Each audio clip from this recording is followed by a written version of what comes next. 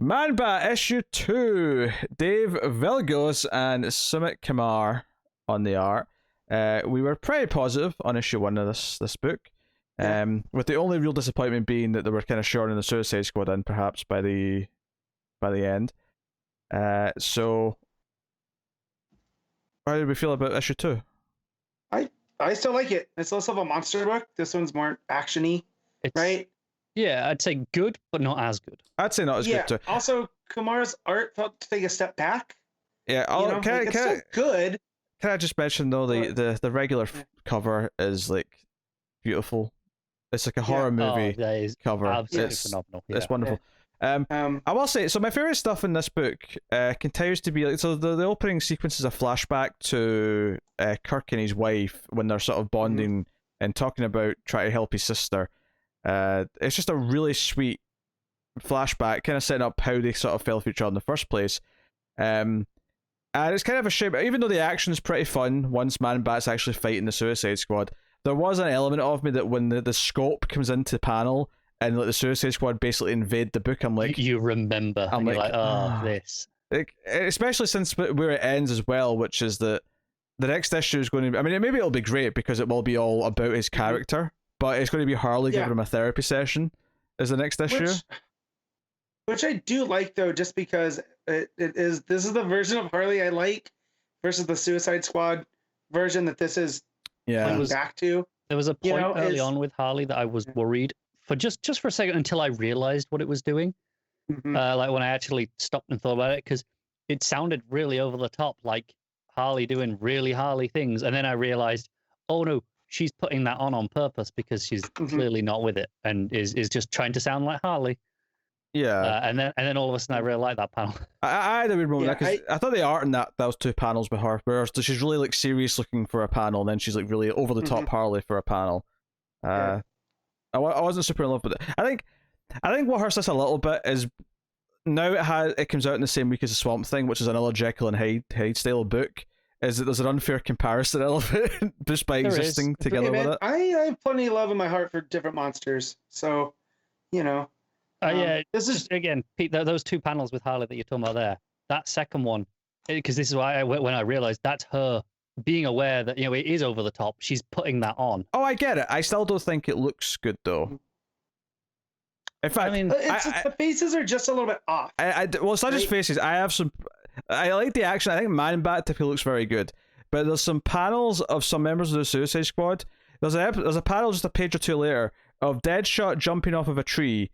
And it looks a bit bulky. It's not even just bulky. His arms and legs look just the wrong size. Like, I mean, I know it's maybe from an angle and the way he's like sort of like bent, but his legs look tiny and his arms look huge.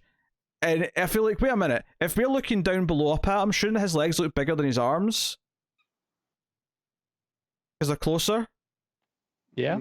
Right? It looks like a little alien or something. It's really weird. And there's a few panels in the book that have like art like that where the body proportions are just really weird. But speaking of comparisons, Scarecrow shows up later in this issue. Yeah. And it's kind of generic Scarecrow, and compared to what Batman's doing with like its new version of Scarecrow. If it was a little bit it's a little bit watered down. It does specify in this book though, just for the sake of Deadshot being alive, that this is set before Justice League Dark. Before, like, this is set technically years ago in continuity, because this is before any of the Justice League Dark stuff. It's before, I think it's even before the first Metal. And maybe yeah. So like, I'm not going to hold the Scarecrow design against them. No. But it's just a comparison thing where like we get that exciting new horrific take, and then you go to this book and it's like, it's just kind of. I actually loved what he did with Scarecrow though, where he's spraying the goons with the gas, and they're seeing all the army of Man-Bats basically. That was a great moment, and then the shadow of Scarecrow kind of coming over them. I loved that moment. Yeah, the issue flows quite a bit because it's mostly action with the Suicide Squad fighting them.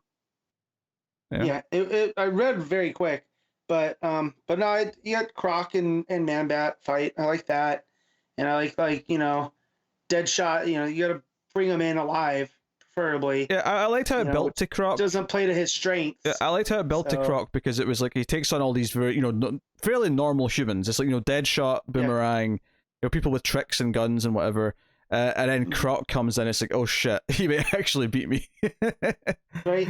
So you know, I mean, I do like the there is some good art in this. As much as I was complaining about some of the body stuff, like Man-Bat like flying out of the water when he breaks free, and especially I love the streaks of blood from his wings where Croc's been biting or stabbing him. And boomerangs have been there. Stabbed in yeah. Right. So yeah, the motion stuff with Man-Bat is great. Like, in fact, the next page when he lands on Boomerang and he's like staring down at him, that stuff looks glorious. Yeah. Honestly, that dead shot, because I did feel that with that dead shot as well. I didn't have it quite pegged to the arms and legs, but it was his torso that looked off to me. It's huge. He's built like Cable. Yeah. Like that's the one panel in this whole issue where I'm like, oh, I do not like that. He's got a wide torso and then really tiny little legs. It's it's weird. It's like he's I'm trying to. It's like an alien from like a movie that I'm trying to compare him to, and I can't quite think of what it is.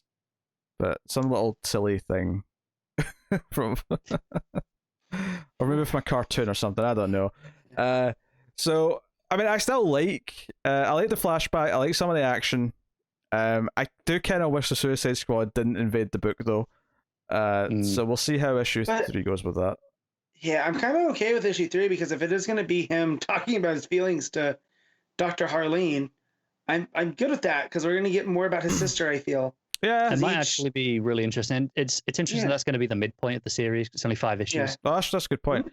Yeah, I mean, as much as it's still Harley stuff, at least this might just be like an exploration of his backstory. Which, given that I like that flashback at the start, is maybe a really good sign ultimately. But yeah.